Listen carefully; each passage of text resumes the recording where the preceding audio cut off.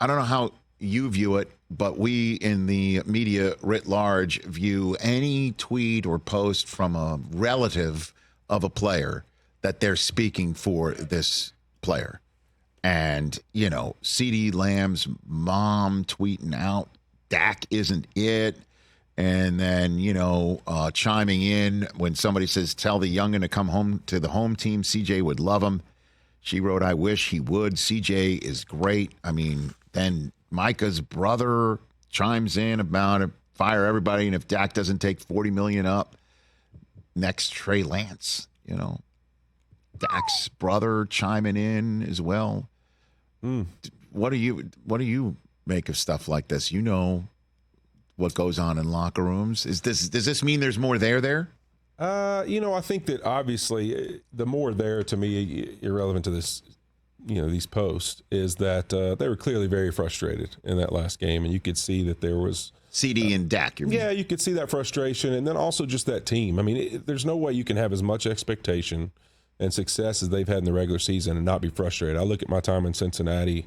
I mean, we went to the playoffs 5 years in a row, won the division, 3 of those 5 years or 2 at least, and, never found a way to win a playoff game.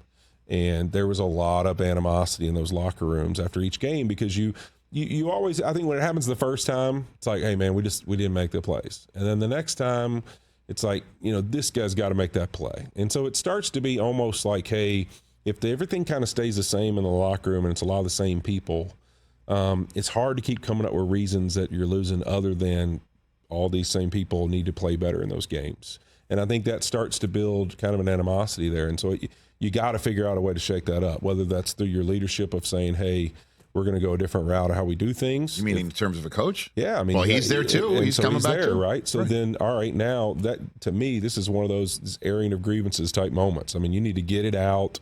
Get it over with. How? In the sense of getting these guys together. And I think sometimes that doesn't mean in a team room. That means, go to dinner, do whatever. Like, find a way of, hey, let's all get in a room and let's get on the same page. We're all going to be here. If we want to win football games and we want to play great football together, this kind of mess is never going to get us there. So either you got to be in or you got to be out. And that's the bottom line. But to those, we're all fans. And your guys, I'm imagining you've been part of these things. I don't know. But, What does it sound like where they do air it all out with whatever Dak? It's not pretty. What do you mean? It's not pretty. I mean, it's usually if you're going to have an airing out, I mean, there's going to be contentious moments of it and things that are going to be said that you're going to have to get over. But I think that's life, and that's playing in the football game and saying, hey, there's a high expectation of how I play. And, I think sometimes as linemen, I think our mentality is a little different in that because we're a little used to it. Like you think of what a lineman's disposition is. Like we play a game, and if 99% of the time I'm good, and one play a game I give up a sack, I wouldn't even play in the NFL. So how I have to play, I can't even mess up once in a game technically and keep my job if I was somebody who messed up every week. So I'm used to. You either are getting, like, if you're talking about me, it's usually negative. I mean, that's just a fact. The only time you talk about offensive linemen is as a group if it's positive. Like, hey, this offensive line did a great job of protecting the quarterback. The way you get your name singled out is Andrew Whitworth got beat on 3rd and 11, and that sack led to this team losing the game. Like, that's how you get in there. So I think linemen, we're a little used to that. I think other position groups, you're used to really being talked about only in a positive way, and that your name gets in the papers because you made the big plays and you made the spotlight moments. And so sometimes you got to get those guys in a room and say, hey, air it out, speak whatever it is you need to talk about, and let's go. I mean, I think that those things are important. I remember even when, we were struggling a little bit with Jared Goff at times, in the sense of not that it was him, but as a team, we were struggling when Jared was still there. And we'd have these meetings, and it may be, Jalen Ramsey challenging the defense has got to play more physical, and Jared and me and some of the guys on offense talking about we have to play better. Like, you have to get in a room and be honest with each other about what each other has to do.